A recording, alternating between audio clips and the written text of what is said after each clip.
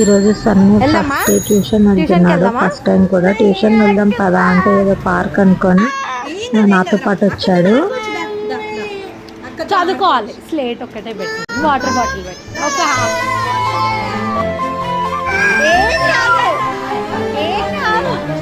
కూర్చో.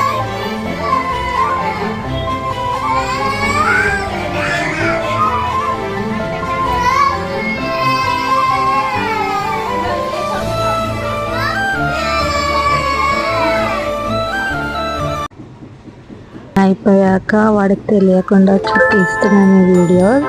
మంచిగా రాసుకుంటున్నాడు, కామ్ అయిపోయాడు.